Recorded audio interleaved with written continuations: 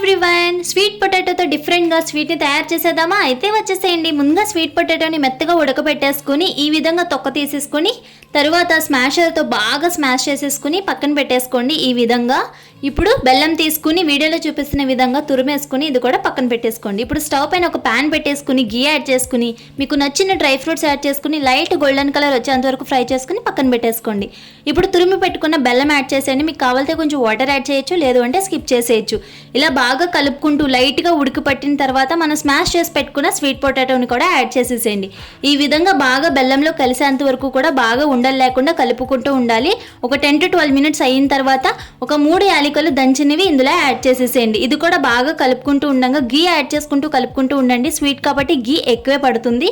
ఈ విధంగా ఒక 2 to 5 minutes కలుపుకున్న తర్వాత మనం ఫ్రై చేసి పెట్టుకున్న డ్రై ఫ్రూట్స్ కూడా యాడ్ చేసేసుకుని ఒకసారి కలుపుకుని స్టవ్ ఆఫ్ చేసుకుంటే sweet potato sweet ready. Subscribe.